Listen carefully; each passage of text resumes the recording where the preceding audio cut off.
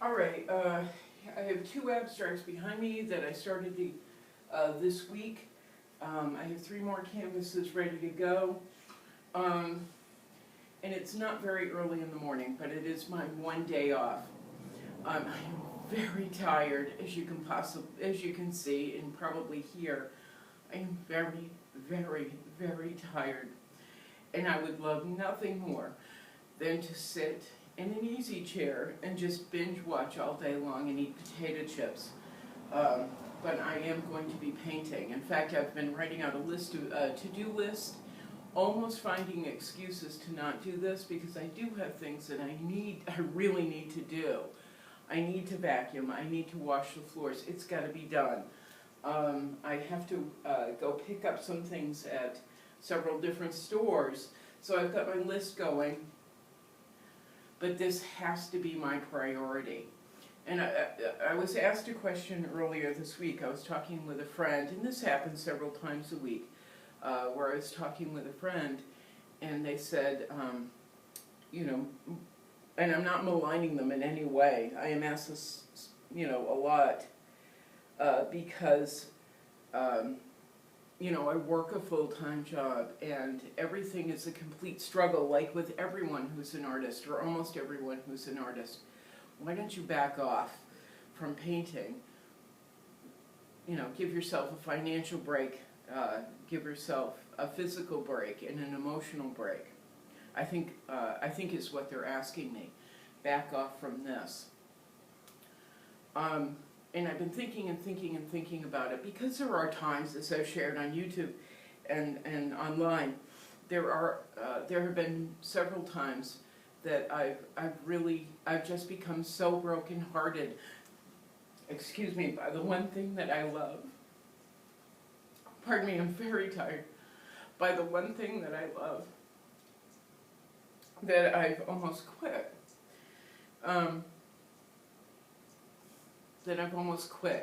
I've called my friend Andy and texted him when I lived up north and told him a few times, please come get the paints. I'm not going to do this anymore. As well as other friends, I would message them and say, I'm all done. I can't do this anymore.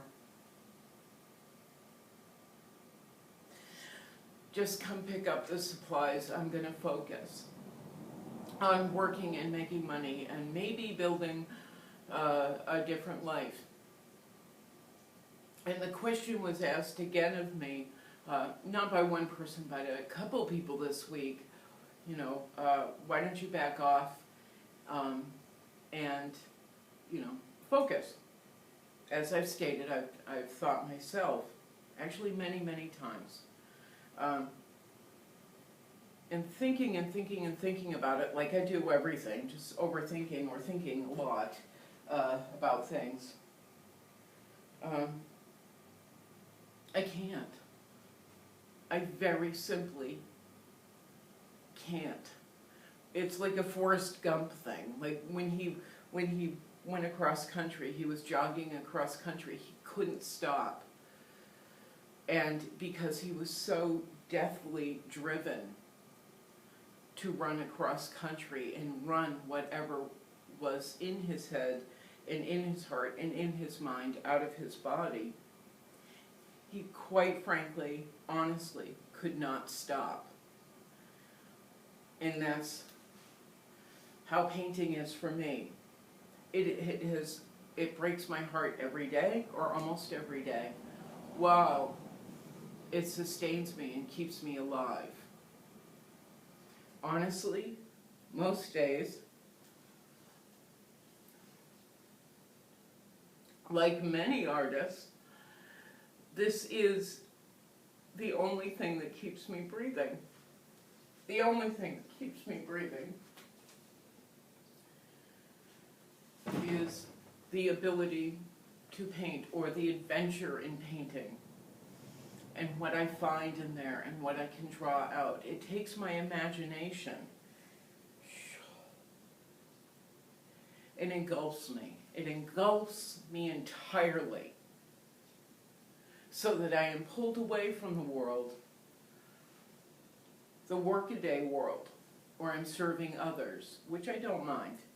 I am serving others. My jobs, my 9-to-5 jobs have taught me many, many, many things, and one of them is to fight for myself. I don't know if I've shared this online, although I probably have because I share a lot on YouTube. I've had jobs where I worked for a drunk. I was the only employee for a drunk who threatened me every day. He would come and stand right in my face and scream at me and call me names, and I had no one to help me.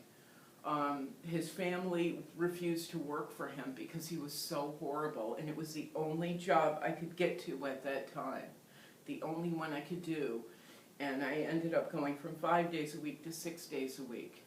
And I would walk in the door every day, head high, and it would start. That caused a lot of trauma. That and a million other people who've done the same thing. And this is where I lived, was in painting. I had another job where a boss called me an effing bastard constantly in front of other employees, his family, and no one did anything. But I would fight back and say, you cannot do this. He did it anyway. I did talk to lawyers. No one cared. Absolutely no one cared. So I had to learn to fight back, to hold some respect for myself and say, you can't do that. It continued regardless. And the humiliation and the absolute humiliation, belittling, just dealing with horrible people has never ended. We live at the whim of others, and we live with their monsters. When people talk to us like that, it's just their monsters, their past coming out for a visit. And I have a friend who says, or a couple of friends, especially mainly women, who say, you know, how is it we attract these people? And I don't know. I just don't know. But in that, we are learning to fight for ourselves. And we have to prove to ourselves every day. In fighting for ourselves, we prove to ourselves every day that we deserve to exist. And maybe it's to exist to produce work. Maybe it's to exist to inspire others to keep existing and to keep producing work, regardless.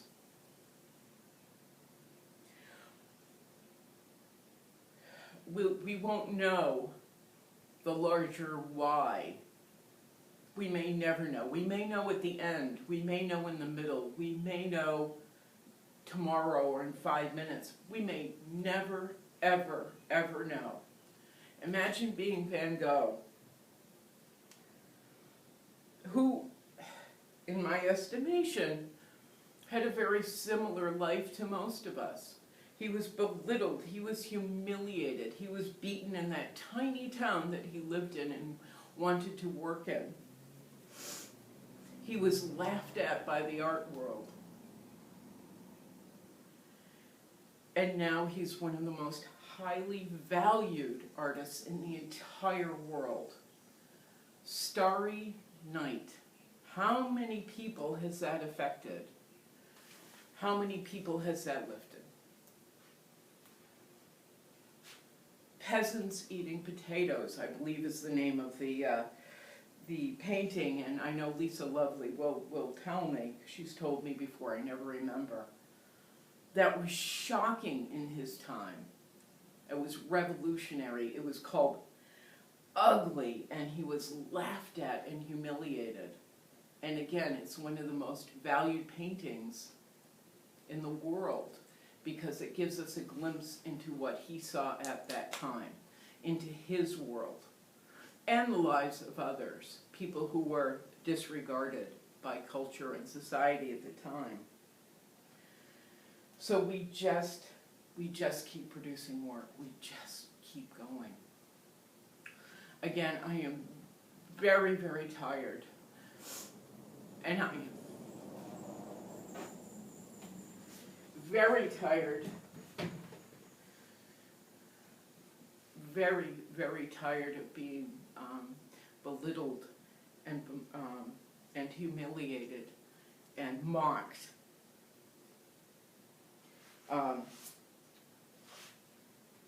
Not by people online, well, a few people online, but I don't really give a crap about them.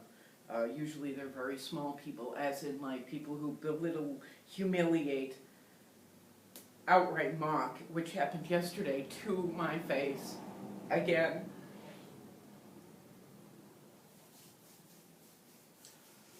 In front of someone who could have said no, and didn't.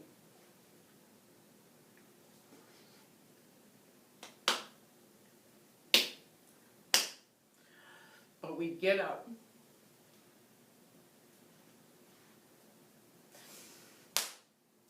and we go to the one place in the world where we are our own person. The one place where Van Gogh lived, the one place where we are ourselves. We are not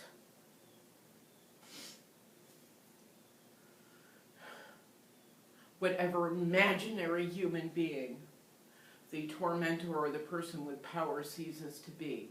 We are ourselves, and that is in our work.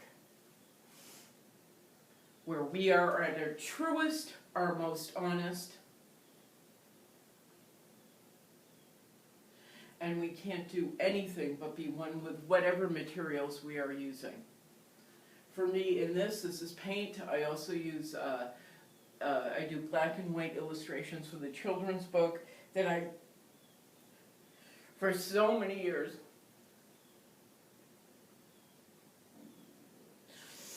have been working on, excuse me, and trying to get seen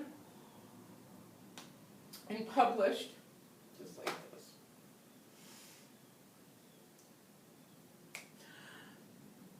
I say that to encourage, I'm being deathly honest,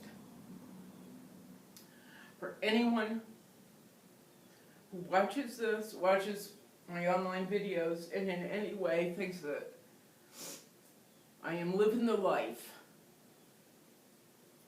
or feels they are a failure because they are not living the life. I watch so many videos by other artists that are so far up the ladder, they have hit that magical vein. And they are where I want to be, where I've been working to be, like so many of us. And we go unseen.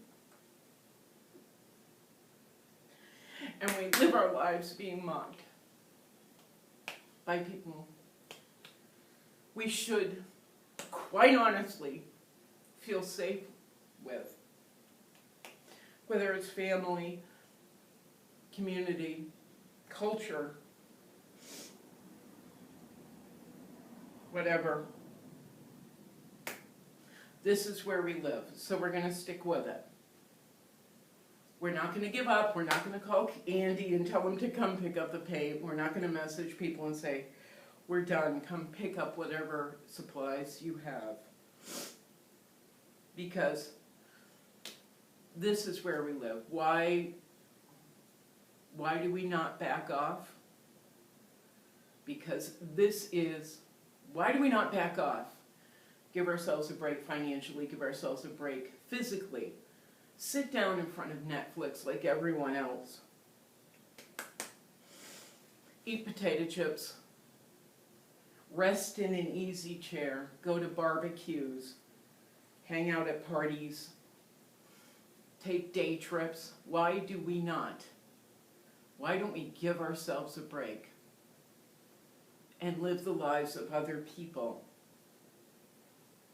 like other people? Because we can't. We